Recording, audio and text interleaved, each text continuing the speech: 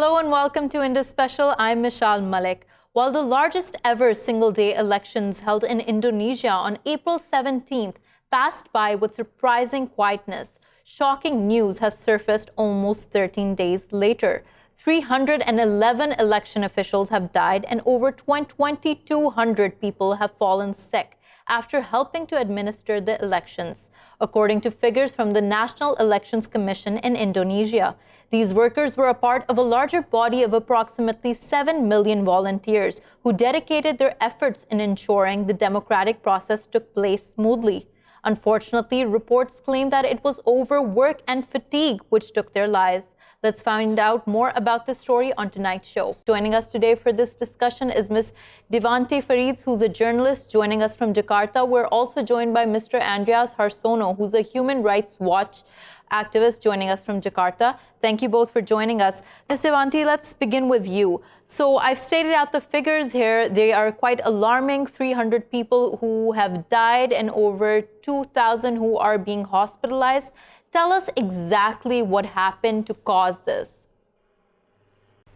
Well, more deaths have been recorded recently. The death toll as of today reached 336, and 2,232 have fallen ever since the elections. That's a total of 2,568 people. Yeah. Now, it's the most complicated general election in the world.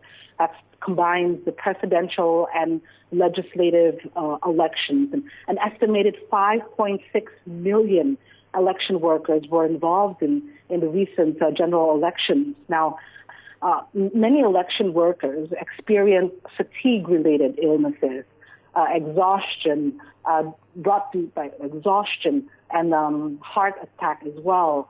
The sheer amount of work and the ballot cards that they had to count at each polling station is in the thousands. I spoke to one of the commissioners at the General Elections Commission, Ms. Esti Nufida Ginting. She told me that the deaths were mostly caused by exhaustion and heart attack. And many election workers, she said, were so dedicated and devoted to their duties that they neglected their physical health. So, Ms. Devianti, following from this, something that you mentioned here was that these were one of the most complicated elections to ever have taken place. Tell us why the government decided to take this step, where on one single election day there were almost 5 different elections taking place. Well, in order to understand the conditions that they were in on election day, you have to consider the work that they put in ahead of the general election. So 3 days before election day, election workers had to check the voters list, hand deliver the election invitation, build the polling stations, the actual tentage, construct the ballot boxes, and count and check the condition of the ballots, and prepare all the related logistical supplies. That work itself took them hours until 3 hours of the night. Yeah.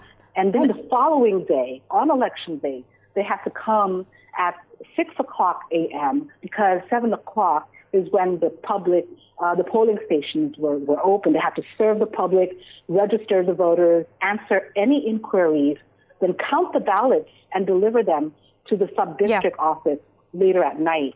So Ms. Devianti, I do understand here that there was a lot of work that took place prior to the elections themselves. But also, I'll ask my question again. Why do you think the government took this decision to hold such a massive, such a huge election on one single day? What was the reason behind it?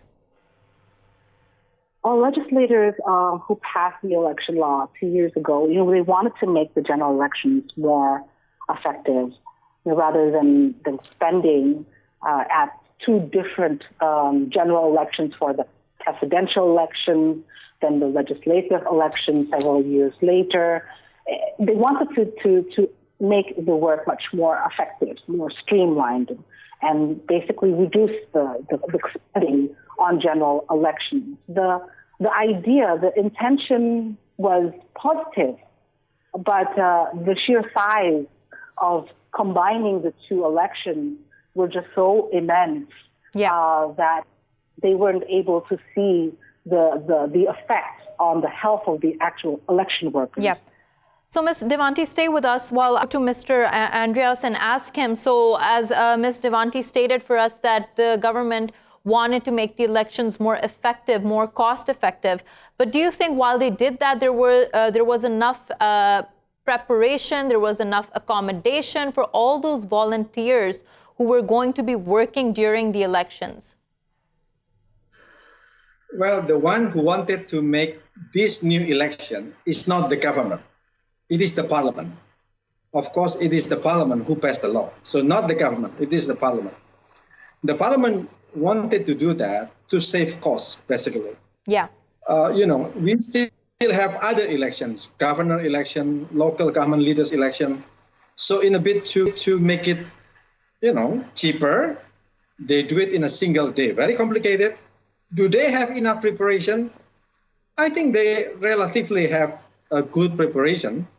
They already expected that this is going to last until very late at night. In voting station that I monitored, they expected to finalize the counting 11 p.m. It turned out in my voting station, it ended at 2 a.m. Yeah. And not to say the time to deliver the ballot boxes to the district office. So, Mr. Andreas, you said that in your opinion, the preparations were good enough. Could you just explain a little more on how those preparations were good, how they were enough to cater to those who were going to be working day in and day out during these elections? Well, they did training. They do a lot of information on website, simulation, how to cast ballot, how to count ballot, how to deliver ballot, even down to the key to open the lock in its ballot boxes. Yeah.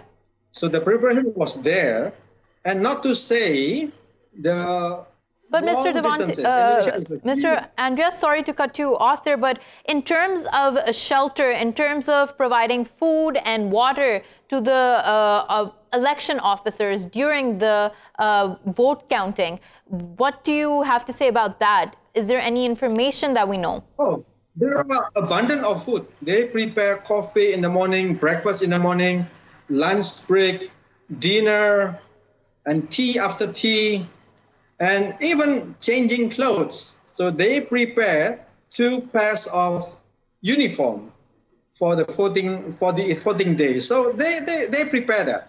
Yeah. They also knew that it's going to be long. It turned out to be much longer than they expected. Yeah.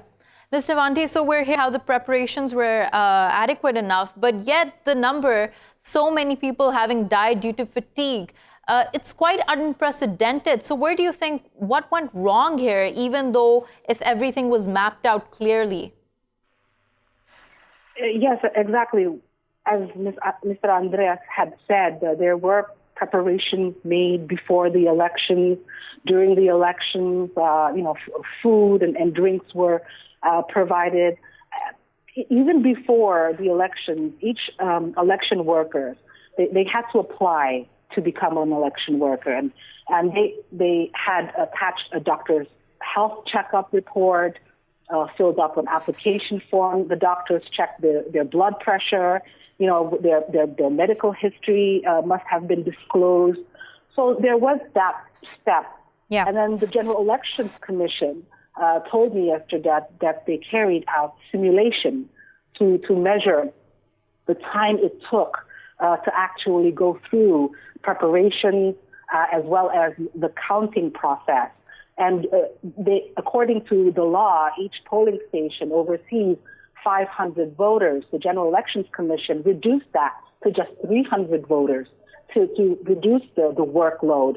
And also during the recapitulation process, the law mentions that it's supposed to be done within 10 days, but they extended it to 17 days to give them more ample time. Yeah. So there has been some steps to prevent or minimize the workload, but in reality, it's just something that is totally unexpected. Yeah. Thank you for that, and hold on to that thought, Ms. Devianti. We're also joined by Ms. Khoirunnisa, who's a researcher joining us from Jakarta. Ms. Khoirunnisa, tell us, we're trying to make sense out of the situation here, and we've been told by our other guests that there were enough preparations made, enough training done, enough measures taken to ensure that the workers throughout the voting process would be taken care of, and still this happened. What can you tell us more about this? Yeah, actually, this is the very election in Indonesia. The very first time we have a concurrent election. We have with more than almost 200 million voters. We have more than 800,000 polling stations. And you mentioned about trainings, and I think the polling station officers didn't have enough training about the counting process. There are 7 members. Each polling station has 7 members, officers, but only one have training, and the others is not. Yep. And they have the load is the hours. Their job is not only on the election day, but the day before the election, they have to prepare the polling station, and then on the election day, they start at 7 a.m. and 7 a.m. for the counting process until 1 p.m. and then they take a break for a while, and then they continue to the counting process. And the counting process takes very long time because we have 5 ballot papers, and we have 16 political parties, and each political parties have at least 10 candidates. So our ballot papers is very big, and everything has to be counted right.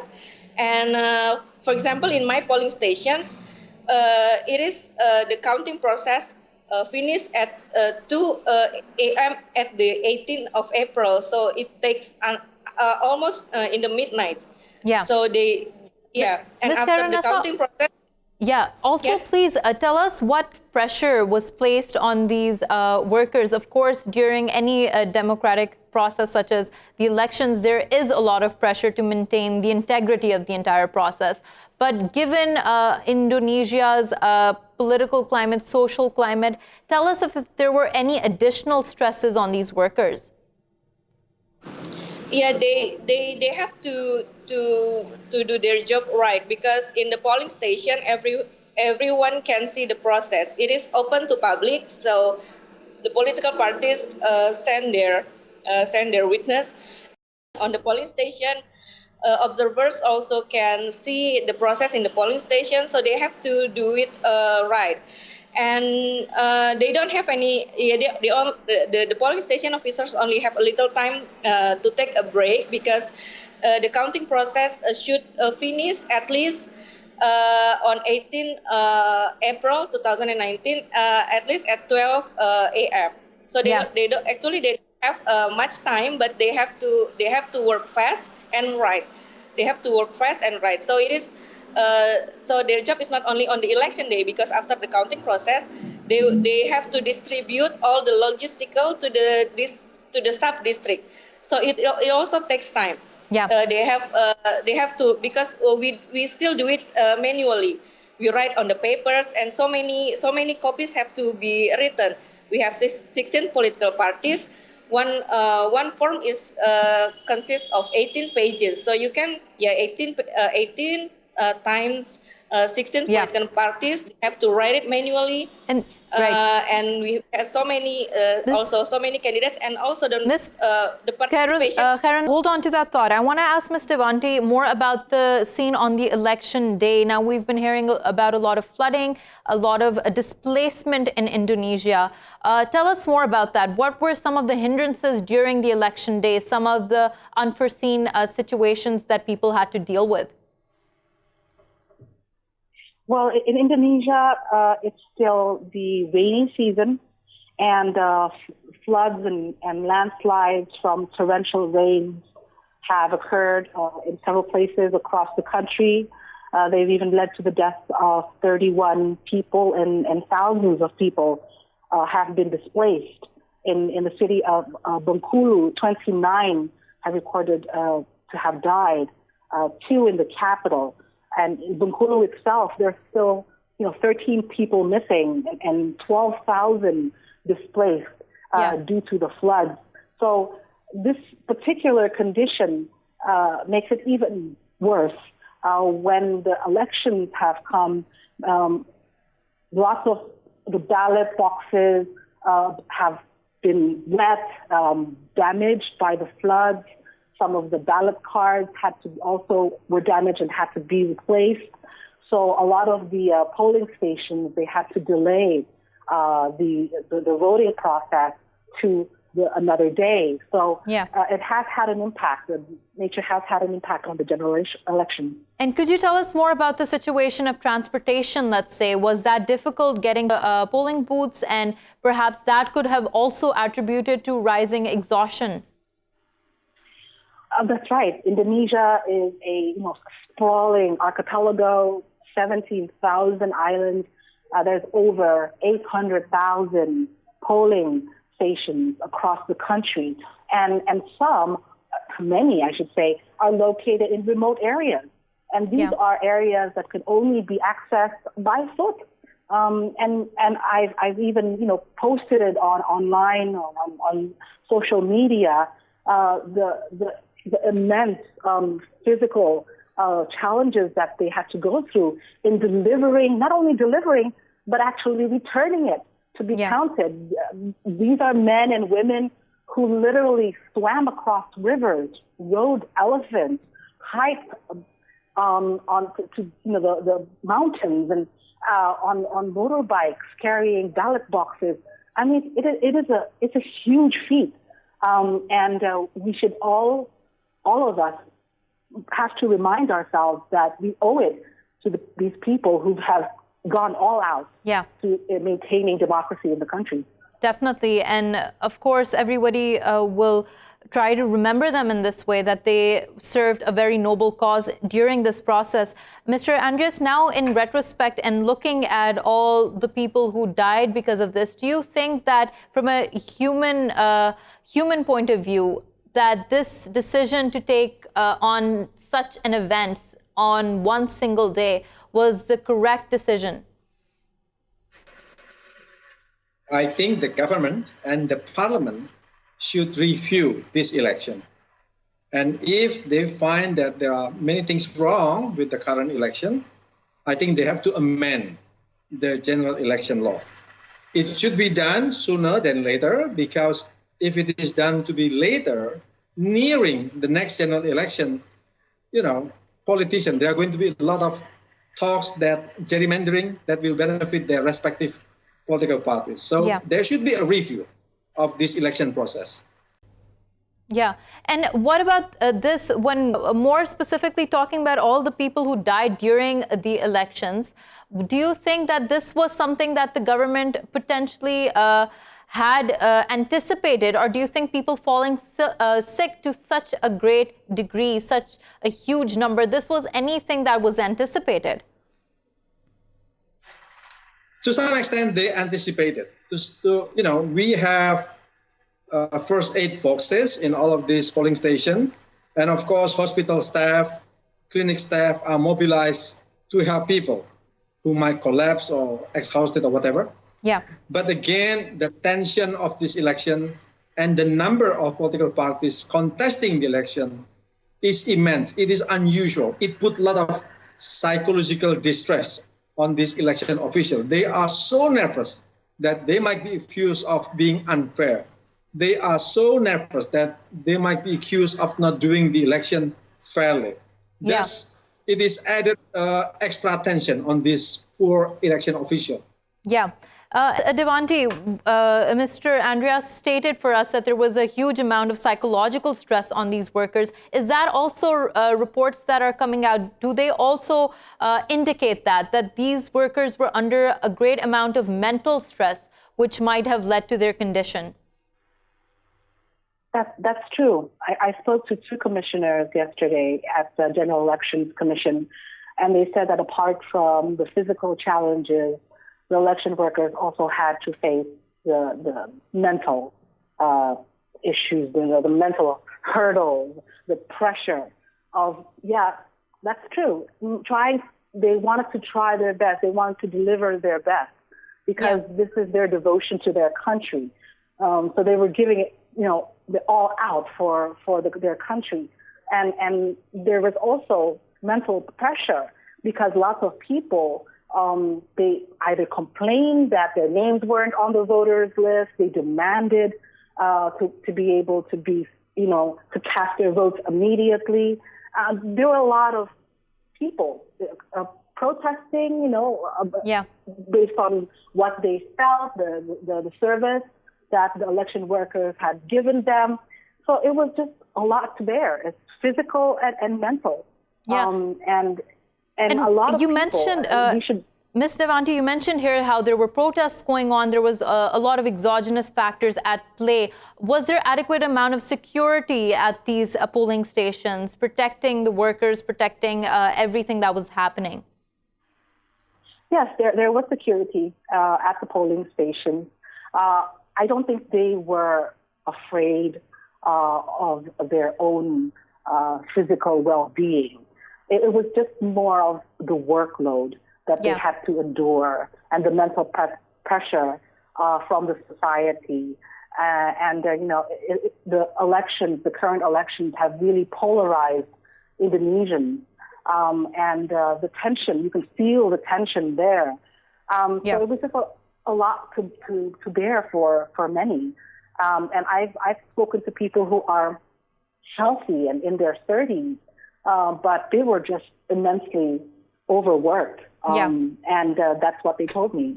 It was physical and mental. Right. Ms. Khoirunnisa, just last question to you before we end this segment. Tell us what the response of the government has been to this.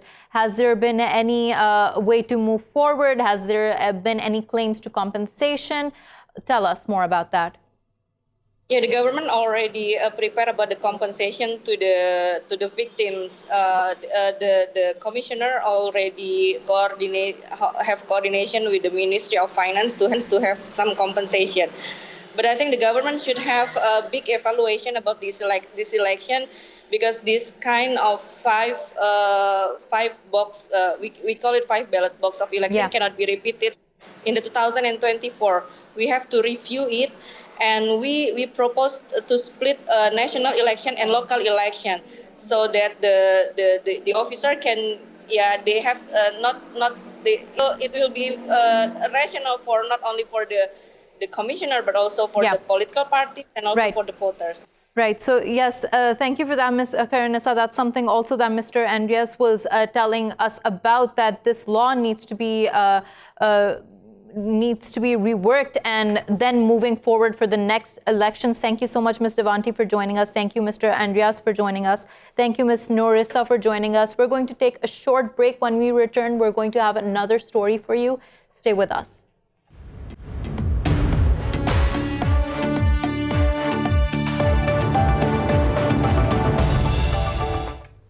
Welcome back to Indus Special. Now we talk about the anti-vaccination drive that is costing lives and health all over the world.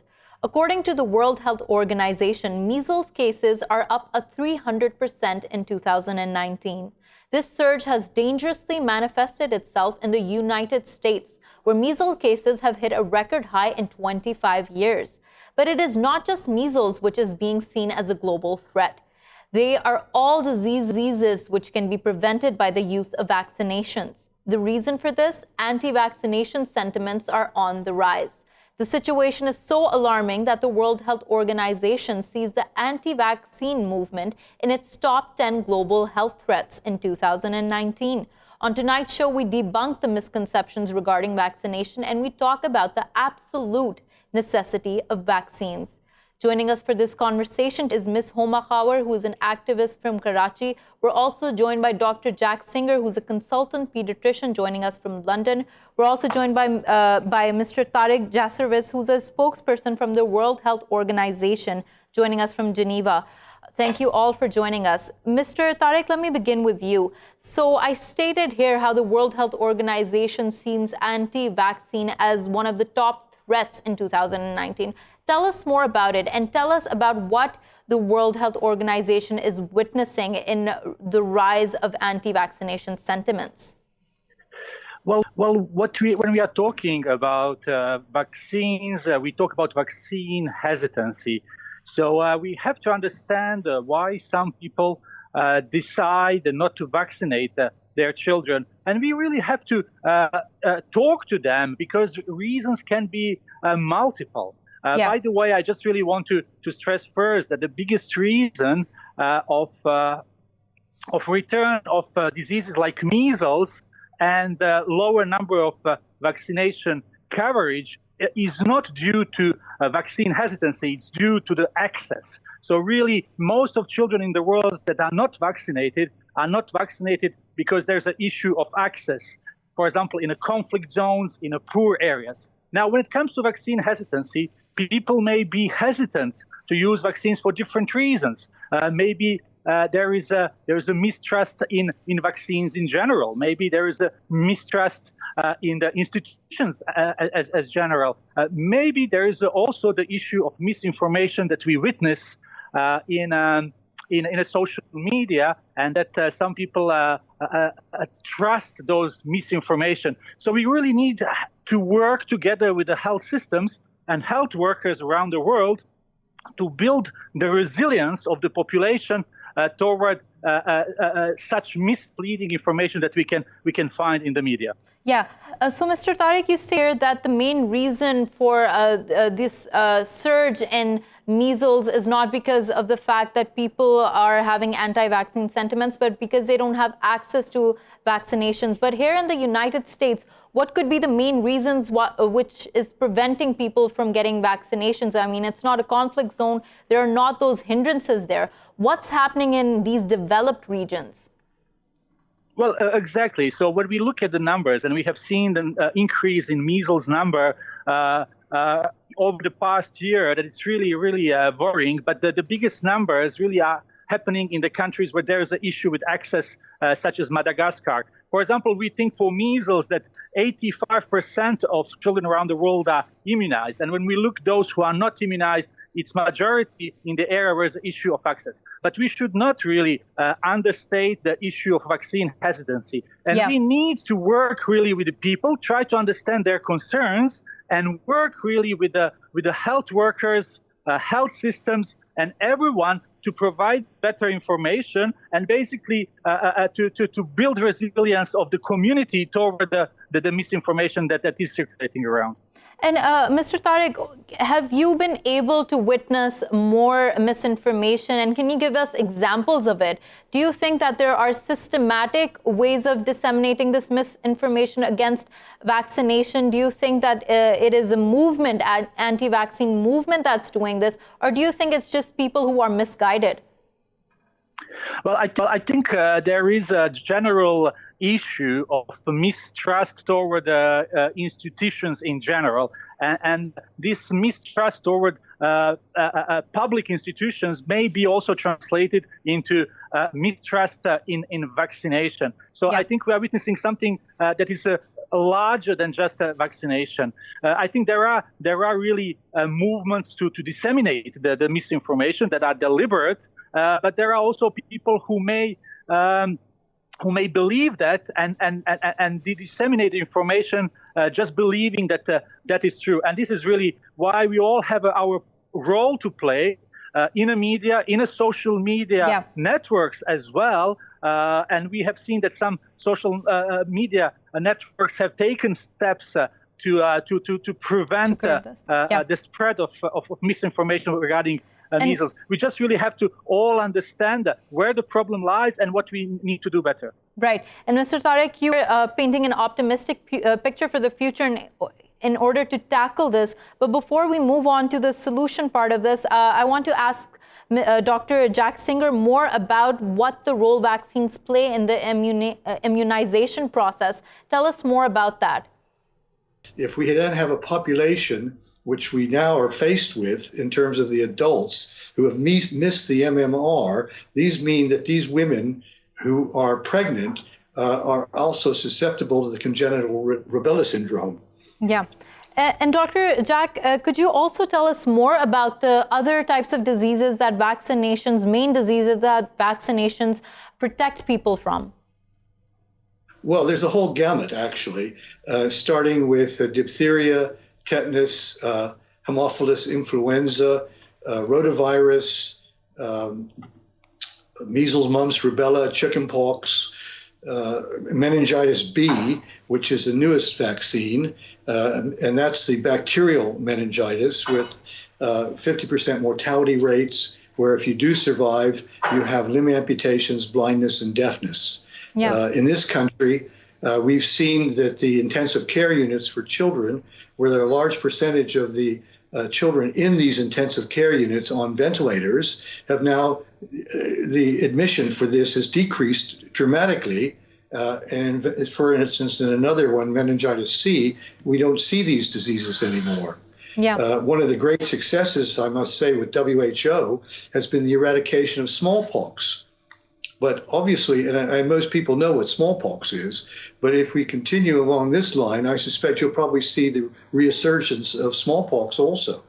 And when we're talking about what vaccinations protect them from, are vaccinations the only solution in protecting individuals from these diseases? Well, I've often heard parents who tell me during a consultation that they do not want their child vaccinated because they want them to develop natural immunity.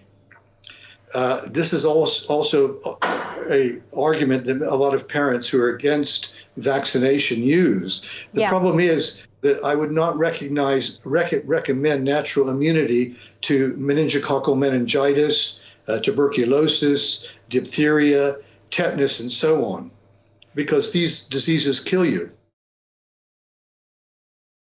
And thus, on that point, Dr. Singer, I'm going to ask Ms. Huma Khawar here. How do you convince parents when they have this hesitancy in trying to immunize their children, trying to vaccinate them? And as the doctor told us, and as our other guest told us, there is a very evident hesitancy here. How do you, as an activist, convince parents?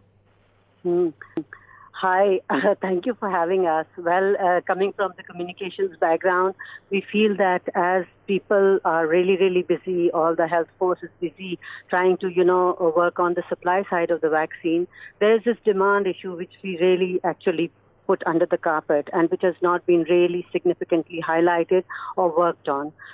In the Asian perspective, of course, my colleagues have, the participants have talked about the Western perspective, but from the Asian perspective, I would rather take the hesitancy towards the ignorance or to the lack of awareness issue and coupled with the lack of access issue.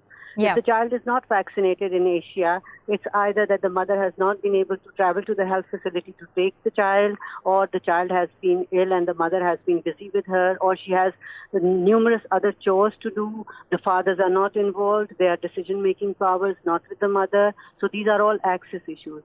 Other than that, there are lack of information. People still do not know that vaccines are free, vaccines are cost-effective, and this one, the 6 visits to the immunization center of getting their child fully immunized will really save them on the costs of health budgets that are going to really be ripping them off later in the years if they don't immunize their children. Dr. Jack, when we're talking about the safety of vaccinations, how can parents be convinced regarding it? Well, it's very simple. Most of the objections I also from parents, I think, are basically boiled down to depending on where they're from. If it's the United States or Europe, where it's becoming almost epidemic in, say, Italy and France at the moment, partly in Italy it's partly political. In the United States, it was probably due to, and also in the UK initially, the fear of autism. Yeah. The other objection that people have raised is heavy metal poisoning, such as aluminium. I think the objection with autism has been pretty well debunked, simply because of the multi trials that have been looked at and there is absolutely nothing to it. So doctor, just to stress on that once again, the link of vaccinations to autism has been completely scientifically debunked. I suspect so. There have been a large number of Cochrane studies of this, and it's always never been shown to have any point in it. I also have the actual vaccine box for MMR in front of me, and the contents are as follows: amino acids, lactose, mannitol, and sorbitol, which are sugars, and water for injection, and 3 live viruses. And that's it. So there is no heavy metals in any of these live virus vaccines. So also, while talking about the concern of fertility, that is also debunked? Well, the problem is that if you don't have mumps, infection causes infertility. So it's just the opposite. Mumps causes infertility in males as well as females. So it's basically the opposite. If you do not vaccinate it, that could lead to infertility. Ms. Huma, so we're having this conversation. What do you think needs to be done globally, in the global scenario, in the international scenario, in order to create a more rigorous awareness campaign regarding vaccinations? I very strongly believe in demand, in creating demand, checking out what is wrong where, and then taking the whole strategy towards communication for that particular sector. Like, for example, if it's in the Asian context, we need to check out whether it's the service delivery issue, where the mother goes there and she's not happy and she's not satisfied that she doesn't take her child again to the service delivery, or whether it's the trust deficit for the public sector. She thinks that the vaccines are not safe. She needs to be told again and again. We need to have a strong lobby for awareness, for creating demand that the vaccines. And how do we create that strong lobby?